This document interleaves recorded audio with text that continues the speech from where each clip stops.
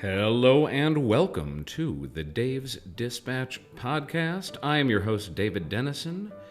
And if you have not already done so, quick bit of housekeeping, please do consider both subscribing to this podcast and to the newsletter that I also publish on Substack under the name Dave's Dispatch. You can find it at DennisonWrites.substack.com. Again, one more time, that's DennisonWrites.substack.com. My goal is to make this a slightly shorter edition of the podcast. I have a tendency to ramble on for too long. I have a tendency to say things like and but and go on these long running sentences, and I'm trying to cut that habit out. So we are going to jump right in and be a bit concise. Since the last time I had the opportunity to speak with you, bears took over our social media timelines. And if you don't know what I'm talking about, congratulations on being mostly offline. This was the product of a thought experiment that went something like this. It was aimed at women. If you were out walking in the woods by yourself, who would you rather encounter? An unknown man or an unknown bear? This assumes that, you don't know anything about the disposition of the man or the bear in this equation. And what became really fun about this thought experiment is that it just seemed to annoy all of the people you would really want a thought experiment like this to annoy, because a huge number of women said, I'll pick the bear. A bear is not going to drug me. A bear is not going to abuse me and then lie about it or gaslight me. And indeed, I asked my wife what she would answer to that question, both for her and for our daughter, and she unhesitatingly said, in both cases, she'd rather encounter the bear. So this was kind of a funny thing, and it lasted for what I thought was a sort of funny amount of time that people were talking about this thought experiment about the bear. And it really did get under the skin of just exactly the kind of people you would hope something like this would perturb. The manosphere was in a tizzy about it. But I'll tell you, if that was, maybe, 2 weeks ago now, that the bear thing hit, if that was the week for men on the internet to get up in arms about some big controversy, this past week was the time for women to take their turn being really mad about the culture war controversy of the week. And what I'm going to talk a little bit more about, I don't really have much to say about the bear thing. It strikes me as a valuable thought experiment and a valuable learning for the men, probably particularly the men who found it so irritating. What I do want to talk about is a kicker for the Kansas City Chiefs, a guy named Harrison Butker. And I don't know if I'm saying that name right. I don't get ESPN, and I'm no real kind of sports fan, so I had never heard of this guy before. But he gave a commencement address at a place called Benedictine College, which, if you have never heard of Benedictine College, as I had not, it is a small liberal arts college in a place called Atchison, Kansas. It is a Roman Catholic school, and it's an observant Roman Catholic school. So there's an outfit called the Cardinal Newman Society, which it doesn't rate schools, that's the wrong word. It recognizes Roman Catholic institutes of higher learning that are truly Roman Catholic. So you're not going to find Boston College getting honored on their list. You're not going to find Loyola Chicago or Loyola Maryland on the Cardinal Newman Society's list, but you will find places like Ave Maria and places like Benedictine College. And Harrison Butker is himself an observant and very conservative, it turns out, Roman Catholic. And he gave a speech which was pretty bad. I'm not going to defend most of what he said because I disagreed with an enormous amount of it. This wouldn't be an episode of Dave's Dispatch, though, if I weren't going to go a little bit contrarian and say that I don't think Butker's speech was bad in the way that everyone else did. So, in it, he doesn't even make it 5 paragraphs in his speech before taking aim at President Biden for daring to make the sign of the cross while helming a political party that supports a woman's right to choose. He takes aim at IVF. He takes aim at Roman Catholics using birth control. He takes aim at laments the fact that when the bishop comes to town, Roman Catholics no longer line up to literally kiss his ring. He takes aim at people who don't view the Latin Mass as being an important thing. That was an issue that I kind of thought got litigated in the 17th century, but for Harrison Butker, it is still hugely important. I'm an Anglican. I'm about as my dad was an Episcopal priest. Both of my grandfathers were Episcopal priests. So there have always been some elements of Roman Catholicism that I have found puzzling. And this is one of them, because for as much as Harrison Butker talked in his speech about the importance of sort of restoring the priesthood to its elevated status, where, your priest isn't your friendly youth pastor, he is the law. Remember, dogmatic Roman Catholics believe that their priests are the divinely ordained representatives of God on earth. There is a hierarchy to the church. There is a chain of command, and it goes God, the Pope, the cardinals, the bishops, and your parish priest. So when your parish priest tells you something about Roman Catholicism, it's not really up for debate. When your priest tells you to do something, you do it. This is Harrison Butker's view. Of course, it's not really, because he almost immediately undercuts himself. I'm going to quote briefly from his speech here. And this is not, by the way, the passage that got everybody so annoyed. He says, "But make no mistake, even before we attempt to fix any of the issues plaguing society, we must first get our own house in order, and it starts with our leaders. The bishops and priests appointed by God as our spiritual fathers must be rightly ordered. There is not enough time today for me to list all the stories of priests and bishops misleading their flocks, but none of us can blame ignorance anymore and just blindly proclaim that that's what Father said. Because sadly, many priests we are looking to for our leadership are the same ones who prioritize their hobbies or even photos with their dogs and matching outfits for the parish directory." Okay, I don't really know what Harrison Butker has against dog pictures. It doesn't strike me as problematic in any way for priests to post pictures of their dogs on their social media accounts if they have them. But let's unpack a little bit what he means here.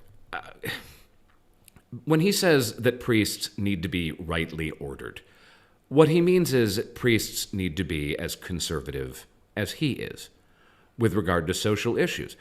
If you're an American and you're used to hearing Roman Catholics weigh in on social and political issues, you are probably used to hearing very conservative Roman Catholics. Those tend to be the ones who get the most media attention when they speak out. But Roman Catholicism is a bigger house than that. Nuns, for example, tend to be much more oriented towards social justice and doing things like feeding the poor. Jesuits are much more free-thinking than a lot of Roman Catholic dogma might suggest. What Butker is saying here is that Roman Catholic priests need to be staunch social conservatives, and to the extent that they deviate from that, they can be ignored. And I don't understand that view coming from a Roman Catholic. I understand it coming from an Anglican, because as a Protestant, I'm very free to say, I think that priest is full of it, I think that priest knows what's up. But Roman Catholics, according to Harrison Butker, are not supposed to do that. The priest was put there by God. It is not for you to question him. That is, by the way, what the controversy over the Latin Mass is even about. It's the idea that us small folk down here, ordinary practicing Roman Catholics, do not have the requisite tools to interpret the Scripture, and so they shouldn't try. The Mass is intended to be in Latin because the understanding is that the people attending do not speak Latin. So they are getting direct, unfiltered Scripture being handed down to them from the pulpit. Now, if this is really your view of what the priesthood should be, okay, fine. That doesn't happen to be my view, but I'm not a Roman Catholic. But I don't see how that can be your view, and then it can also be your view that, well, if the priest is a libtard, you can ignore them. And of course, this is what happened after the current Pope, Pope Francis, took his office. Pope Francis, who I'm quite sure I'm right about this, used to be a Jesuit, immediately took office and deviated from the norm of talking about gays and about abortion and all of this sex-obsessed stuff for which Roman Catholics often get a bad name among moderates and liberals. He didn't talk about that. He talked about the things that, who was it again? Oh yeah, Jesus talked about, like loving each other and taking care of one another And for that, people, some of whom I know, were like ripping his picture down. And he's, I don't have to listen to him. He's illegitimate. He's a liberal. Well, either God put him there or God didn't. But I don't think you can have it just one way. Where God clearly put him there if I agree with him, but if I don't, nah. Anyway, that's my little rant about Harrison Butker's theology over. Now let's get to the juicier culture war meat. And I'm going to quote the passage that got everybody annoyed. I'm going to quickly put my glasses on here. So Butker said, "For the ladies present today," already we're off to a worrying start here, "congratulations on an amazing accomplishment. You should be proud of all that you have achieved to this point in your young lives. I want to speak directly to you briefly because I think it is you, the women, who have had the most diabolical lies told to you. How many of you are sitting here now about to cross this stage and are thinking about all the promotions and the titles you're going to get in your career? Some of you may go on to lead successful careers in the world, but I would venture to guess that the majority of you are most excited about your marriage and the children you will bring into this world. I can tell you that my beautiful wife," and he names his wife, "would be the first to say that her life truly started when she began living her vocation as a wife and mother. I'm on the stage today and able to be the man that I am because I have a wife who leans into her vocation. I am beyond blessed with the many talents God has given me, but it cannot be overstated that all of my success is made possible because a girl I met in band class back in middle school would convert to the faith and become my wife and embrace one of the most important titles of all, homemaker." Okay, let's get to this. So, this was not well received on the internet. It bears mentioning that it was very well received at Benedictine College. Apparently, this line was met with 18 uninterrupted seconds of applause. So he knew his audience, but whether he knew or he didn't or just didn't think about it, his speech was being recorded, and it very quickly, because of Harrison Butker's stature as a very successful kicker in the NFL, went viral.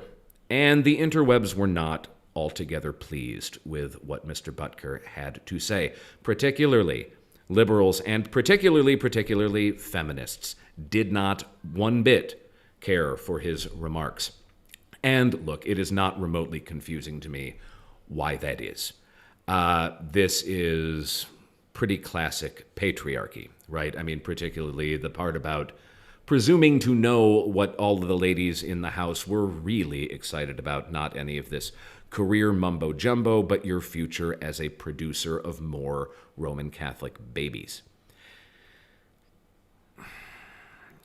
I am having a little bit of a hard time getting worked up about this in the way that many of my friends did.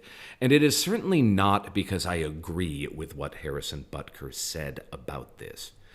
It's because I think when factoring in the context of his remarks, and I don't just mean at Benedictine College, although that's part of it too, I see why what he said was disagreeable, and I see why what he said was offensive to some. I don't see how what he said was harmful. Now, I'm going to issue a disclaimer here. If you are a feminist or you are feminist aligned, and it is simply going to be too annoying for you to hear a man bang on about an issue pertaining to feminism, it's probably time for you to tune out of this podcast, because that is what I am going to do.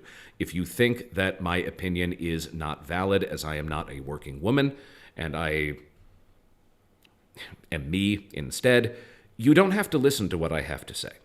That's fine. And if it is simply going to be too irritating, turn it off rather than get upset about it. But whether or not it is for me to find this offensive or inoffensive, I think that liberals need to be more careful when we initiate one of the pylons that was visited upon Harrison Butker. And man, it was a real pylon. This was not just a couple of internet hotheads sounding off on him. This was Change.org petitions trying to get him fired. This was the mayor of Kansas City speaking out against him, their star kicker. This was the city of Kansas City having to take down a tweet in which they accidentally, they say, doxed him and revealed the location of his family home.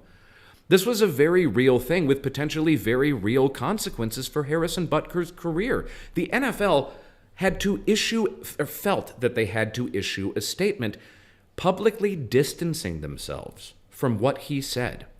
So this was not just a case of a couple people getting mad. You would think, to just see the reaction, that what he had said was vastly worse. And by the way, what he said was vastly worse. I just don't think this part was as bad as everyone thinks it was.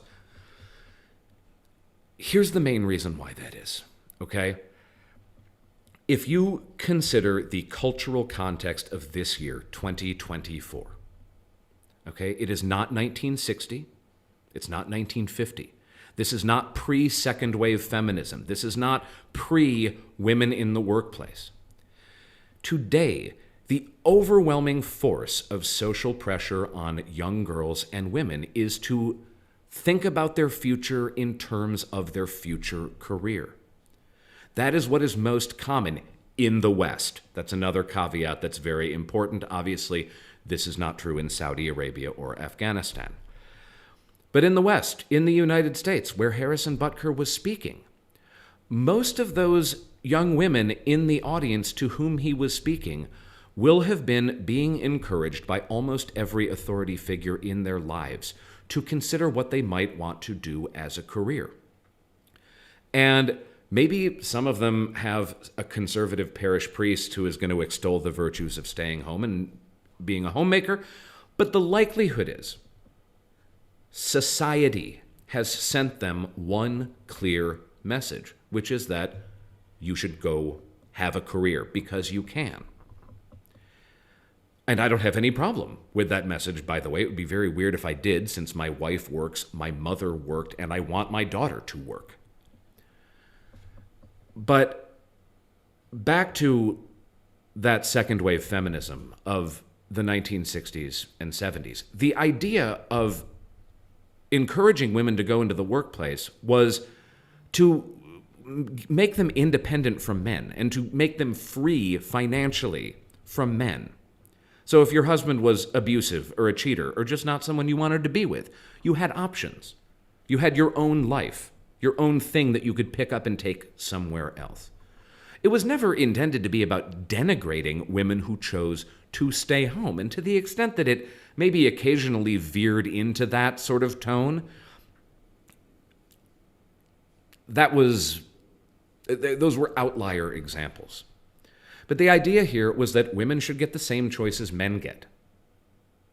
Men get to work in basically any profession for which they're suited, and I guess if they have enough money and the security to do so, they get to stay home. Women ought to have the choice too. Now, if Harrison Butker had said, we really need political leaders who are going to make it harder for women to enter the workforce, I would be just as up in arms as everybody else. But he didn't say that. And that really is where I think the line needs to be for this. He isn't encouraging discrimination against women. He isn't encouraging employers to pay women less. He is saying all of the social influences you've had in your life have encouraged you to do one thing, and that's work. I'm going to encourage you to do something different, which is be a wife and mother. Now, he might have retrograde views about how important that is or whether that really represents a woman's role. I think we can safely assume that he probably does have some retrograde views about that. But what he is actually expressing here is not a toxic sentiment. And in order to illustrate this point, I would like you to participate in two thought experiments for me. And by the way, from my perspective, these are not experiments at all, because I have seen things like this happen, and I have been present for conversations that have turned awkward in the way I'm about to describe. So I want you to imagine a gathering of millennials. They're at a cocktail party or a happy hour or just somebody's house. And they're going around and they're saying, oh, what do you do? Because that's what you ask now, isn't it? What do you do? And one woman says, I'm a lawyer. And one says, I'm a doctor. And one says, I'm a teacher. And one says, I own a coffee shop. And then another says, I'm a stay-at-home mom. Of those 5 women, which one is going to feel the most like she has something to explain? Something she has to defend and account for? Second thought experiment. You've got a class full of high school girls, and the teacher, as teachers often do, I know this because I am a teacher, the teacher is in the process of encouraging them to think about their future and say what they want to be when they grow up. And one says, I want to be a doctor. And one says, I want to be a lawyer. And one says, I want to be a teacher. And one says, I want to own a coffee shop. And one says, I want to be a homemaker. I want to raise a family. Who is going to get the most craned necks from the other classmates? Who is the most likely to invite some potentially uncomfortable interrogation from the teacher in that scenario? I'll tell you what, it's not the aspiring doctor, and it's not the lawyer. It's going to be the girl who says, I want to be a stay-at-home mom. And that, a little bit, sucks. Because being a stay-at-home mom is a valid life choice, if you can afford it. Oh, and by the way, that's another thing. Before we cheer on too heartily the cultural shift that took more women into the workplace, we might recognize that a big part of what is keeping women in the workplace is economics. It's not that women are choosing to be there, it's that they don't have another choice to make in some cases. Obviously, there are a huge number of women who are in the workforce because that's exactly where they want to be. But that's not true in all cases. And for many young women, for many young couples, it's not a choice to only have one member of the household working. If you want to have a lifestyle that is comfortable in any way, shape, or form, you've both got to go to work. And I'm not sure that's a great thing. I'm not sure that that's something we want to defend. And I know for sure I don't want to defend women who are stay-at-home mothers being made to feel uncomfortable or less than for having made that choice. And I'm finding it a little hard to imagine how those stay-at-home moms out there are not watching what is happening to Harrison Butker after what he said and concluding, wow, a lot of people really think I made a bad choice. A lot of people really are judging me for the life choices that I have made. And again, that sucks.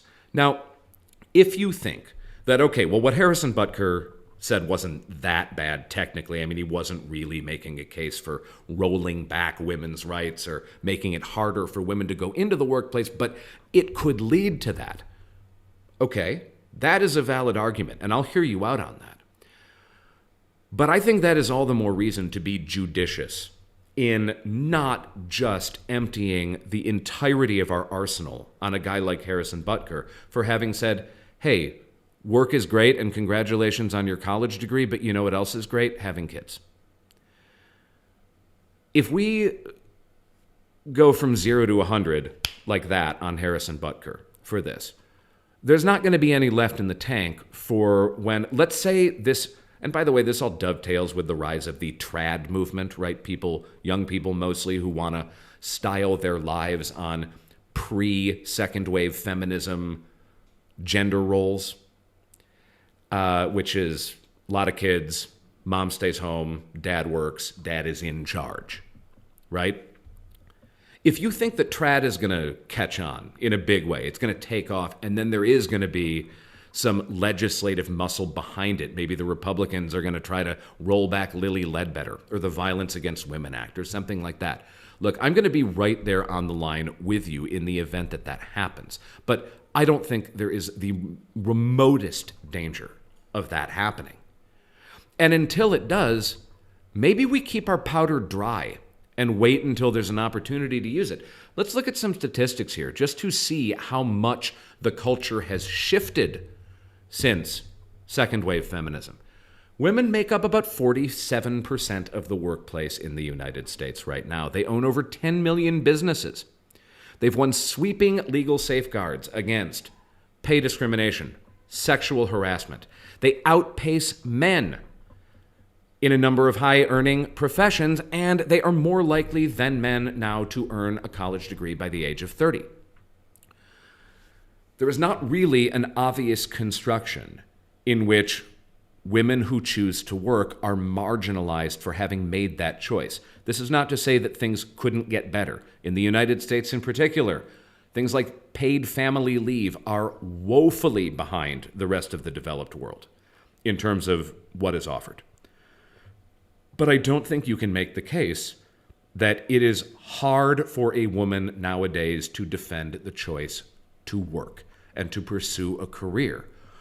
It is, I think, harder to defend the choice not to.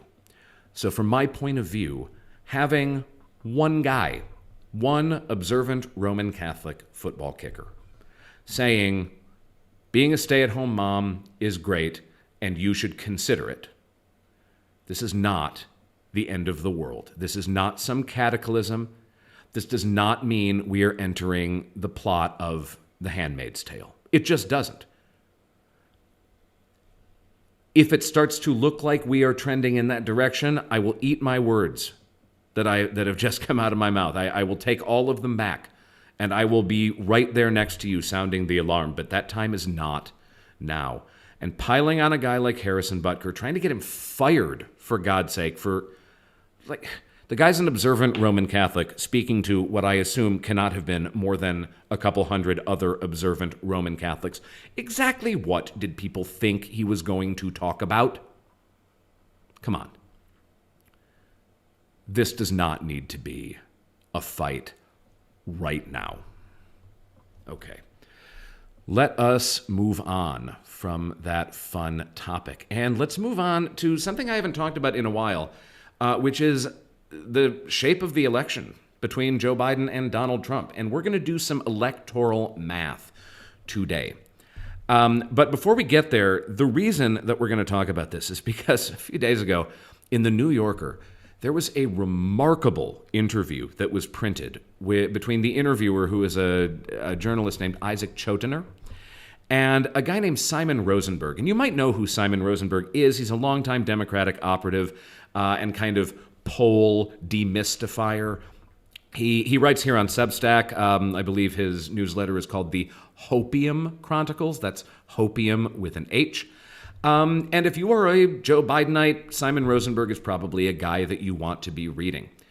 He did not turn in, I am sorry to say, his best performance in this interview with Isaac Chotiner. It started weird, it got weirder, and then at one point it went almost completely off the rails. So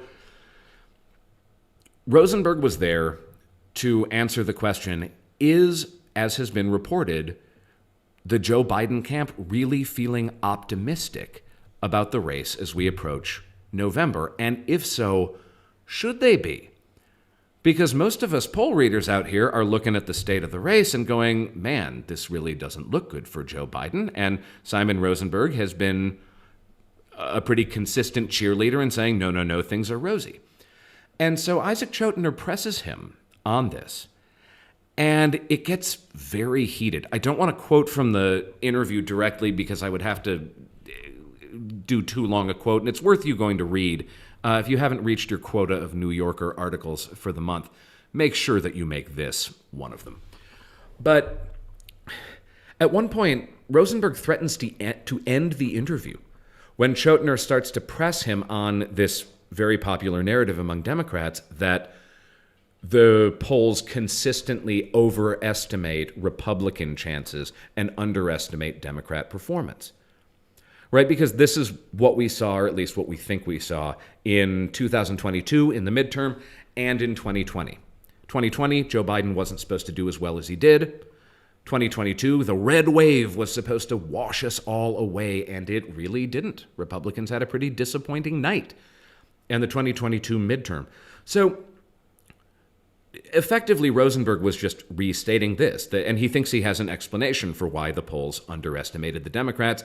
He thinks it's basically that a bunch of conservative pollsters tweaked their numbers and then tried to rat fuck the poll averages by sneaking them in there and painting a better picture of Republican prospects than was warranted. And Chotiner presses him on this and says, well, actually, hold on. It's just not the case that all of these, I mean, that's the narrative that all the polls underestimated the Democrats, but it's not really true that all of them did. And Rosenberg blows up at Chotiner. He says, that's it. It is the dumbest interview I've ever done. I'm ending it. And Chotiner is able to kind of walk him back, but he remains kind of petulant, and he gives these short, really brusque answers to questions. And man, I was not alone in thinking that this interview was a serious warning for Democrats, because you simply don't behave like this in an interview with the New Yorker if everything is peachy.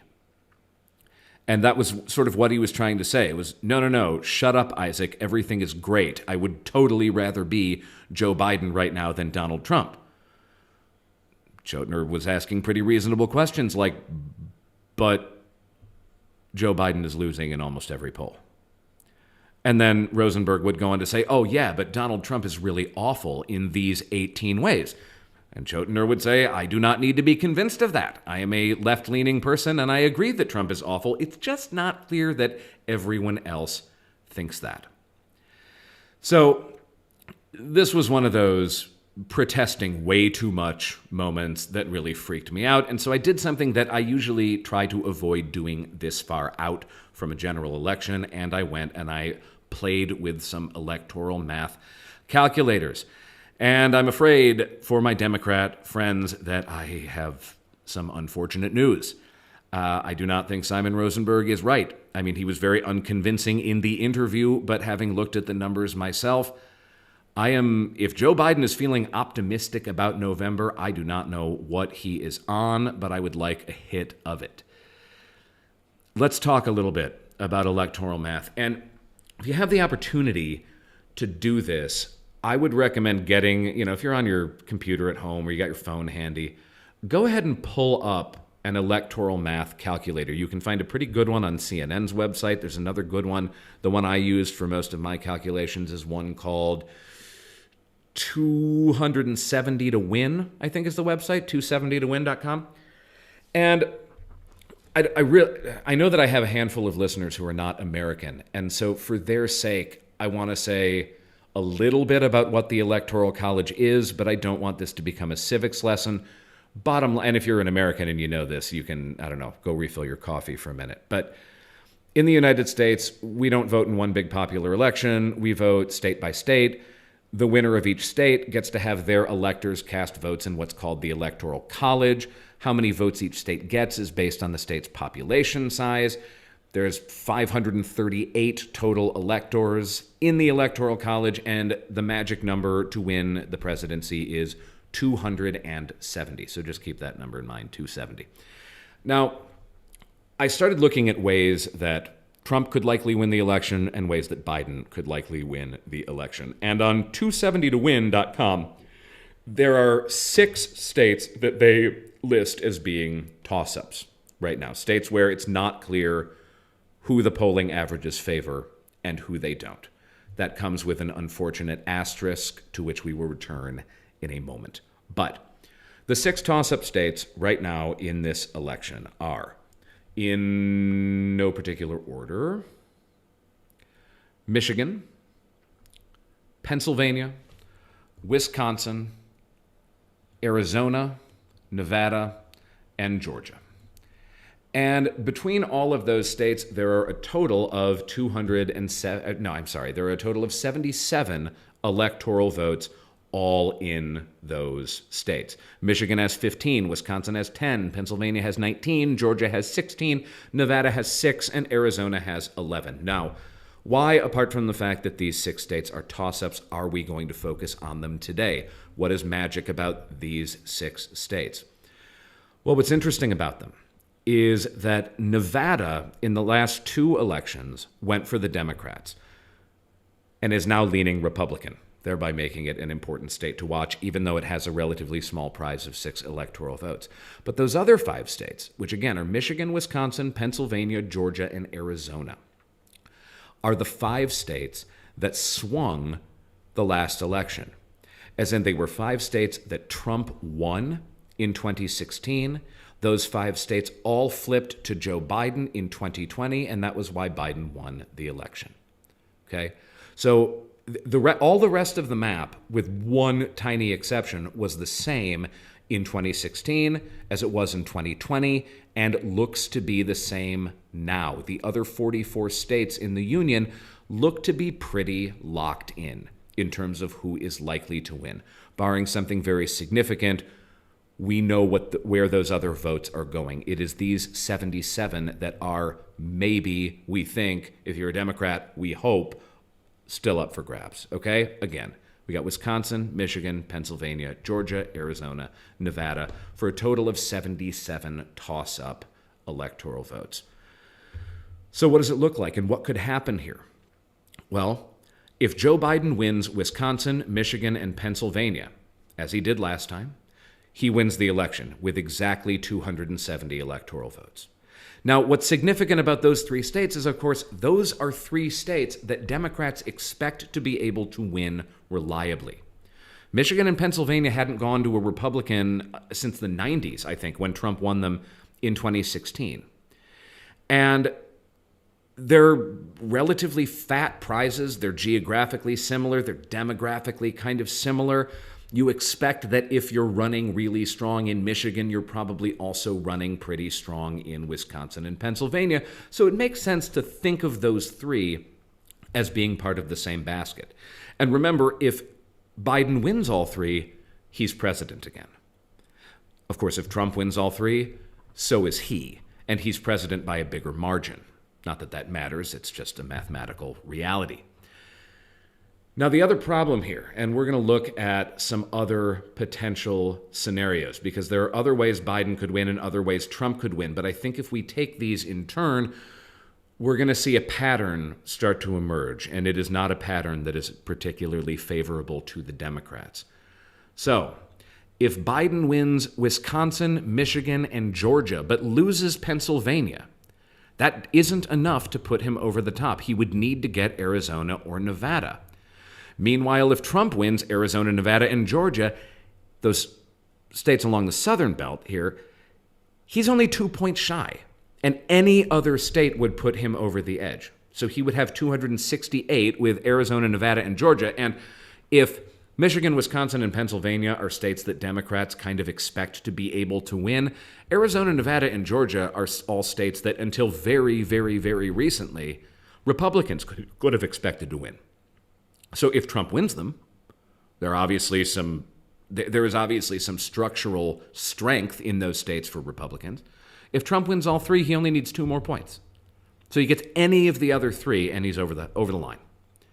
Okay, now if Biden wins those 3 states to the south, if he wins Arizona, Nevada, and Georgia, he would still need either Michigan or Pennsylvania. Even Wisconsin wouldn't be enough to put him over the edge. So that might remain too awkward an explanation for you to make sense of if you are not looking at a map as I'm saying all of this, but what it means is that Biden has to do better in the swing states than Trump does.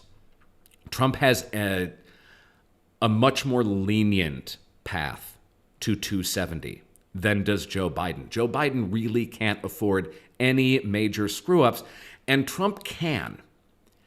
So that's a big reason why I'm not sure that Simon Rosenberg is correct to say that Biden has every reason for optimism and that voters are going to see the light. Here's another reason why I'm not sure he's right.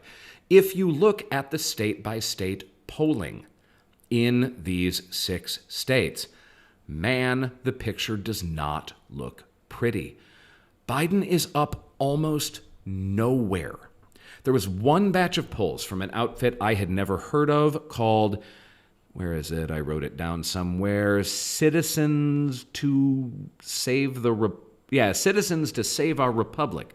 They're a super PAC, and they released a batch of swing state polls a week or so ago that did have Joe Biden up in Michigan, Wisconsin, and Pennsylvania. although they were pretty small polls. They only polled about 470 to 480 registered voters.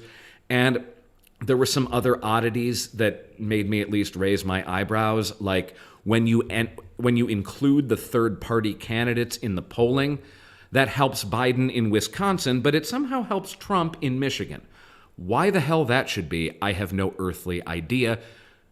Cause for me to think that maybe there might be something a little bit fishy about that poll. And guys, none of the other much more reputable pollsters have anything happening in these swing states other than Joe Biden losing them all. The Cook Political Report has Biden losing everywhere. Now, these were older polls. These are 2 to 3 weeks old. CNN's map has, CNN's electoral map, by the way, so I've been using 270 to win and what they consider to be the toss-up states. Well, the picture is far bleaker over at CNN. They have Georgia, Michigan, and Nevada all as leaning Republican.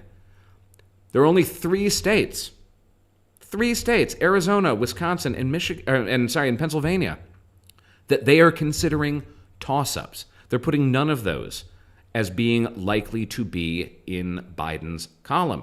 By the way, Cook Political Report was not the only pollster to have ugly news for Team Biden. Bloomberg also had a very unfortunate-looking batch of polls where in those 6 swing states we've been talking about, Biden was losing everywhere except for Michigan, where he's up by 1 or 3. Although for whatever reason, Bloomberg also decided to poll on the question of who would you rather vote for, Trump or Kamala Harris. I assume they included that question because Michigan's primary isn't until very late in the season, and I guess it could happen that Biden drops out or some chicanery takes place that elevates Harris to the top of the ticket, although the bad news there is that while Biden actually wins in that poll, Harris does not. She loses. So there is just no good news here for the Biden camp. None.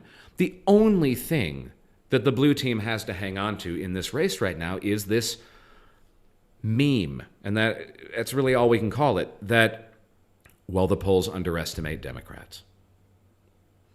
And yeah, there's an element of truth to that, or at least there was in the last few elections, and this cannot be overemphasized, we still don't know why that happened.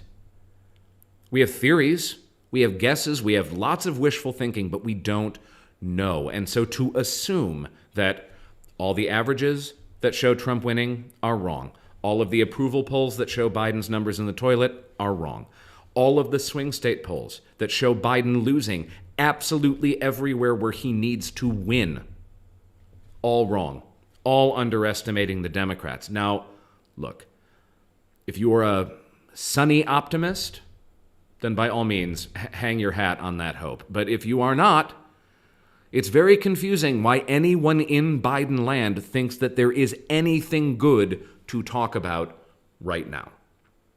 And Simon Rosenberg, who kind of triggered this cascade of people talking about the shape of the race by saying, no, everything is great. Well, I don't know what he is talking about. The bottom line here is that, and man, where could Democrats possibly have gotten this idea except by listening to their voters for the last 2 fucking years? Voters think Joe Biden is too old and they think he's not up to it, even to the extent that they think his presidency has been okay. And I certainly think that.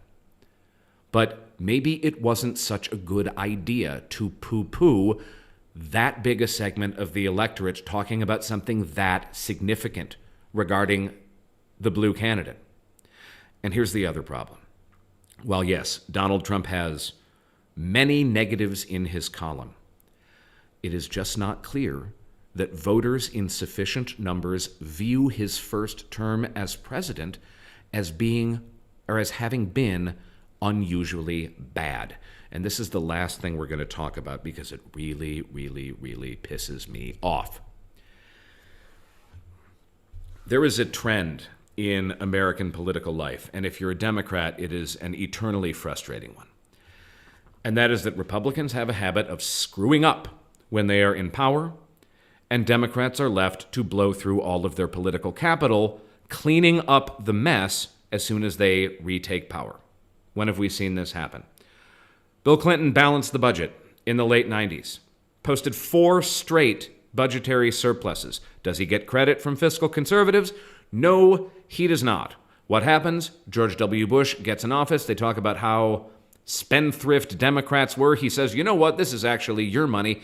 And he enacts 2 massive tax cuts, which absolutely explode the federal deficit. So then Obama takes power, and Republicans are saying, the deficit is horrible. God, thanks, Obama. So what does he do? He works really hard and slashes $1 trillion off of it. Do the Republicans and the fiscal conservatives give him any credit for doing this? Once again, no, they do not. What happens is Trump takes over, and he cuts taxes again, and he blows through all of those savings. Trump makes a huge mess during his only 4 years in office. What happens next? Joe Biden takes over and has to clean up, and he does. And he does a pretty reasonable job of cleaning up, too. Even cleaning up after COVID, which, while I will not blame COVID entirely on Trump, he deserves much more criticism than he is currently getting for having botched and bungled the response to that pandemic. Biden brings the economy mostly back. Inflation is going down. Wages are going up. Things are trending in the right direction. Does Biden get any credit for that? No, he doesn't. He is, and this is partly his fault too, but he is completely unable to frame his presidency in the positive light, or at least just the natural light, that it deserves. So what's happening now? Trump's back on the menu, and voters are going, you know what? Trump wasn't that bad, I guess. And this is such a profoundly unfair thing, because the biggest weapon against Trump, right, the most powerful argument against a second Trump term, is that Trump is uniquely dangerous, that he is simply unfit to serve. He's ignorant, he's authoritarian, he's vulgar, he's corrupt, he's lazy. All of these qualities that we don't want associated with anything even having to do with the American presidency, and Trump is all of them. But what's happening? Well, the success of the first Biden term did prove one thing, and it proved that the Republic could handle Trump, that he wasn't going to destroy the country as thoroughly as doomerist Democrats predicted. And that's a very good thing. It's just not a great political thing, because it means the best case we had to make against Trump, which is that he is so dangerous that the idea of putting him within 100 yards of the Resolute desk is an act of pure self-destructive insanity. We can't really make that case now, because the walls did not crumble. The nation did not sink into the sea. And actually, things are kind of okay. I think it would be a tremendously unwise gamble to give Donald Trump another shot at screwing up the country, because he was an abysmally bad president. He just didn't lead to the death of the Union. And I hope he won't again. But what I really hope is that he never gets the chance, and I am able to form no other conclusion looking at the shape of this thing than that he's likely to get another crack. All right, gang, that's all for tonight. Thank you for listening. Once again, this was Dave's Dispatch. I am David Dennison, and if you have not already, please think about becoming a subscriber to my newsletter. You'll find me on Substack at DennisonWrites.substack.com. If you're already a subscriber, but you're not a paid subscriber, please consider chipping in. Not only will it help support my work, you will get access to all kinds of fun extra content. Until next time, ladies and germs, good night and good luck.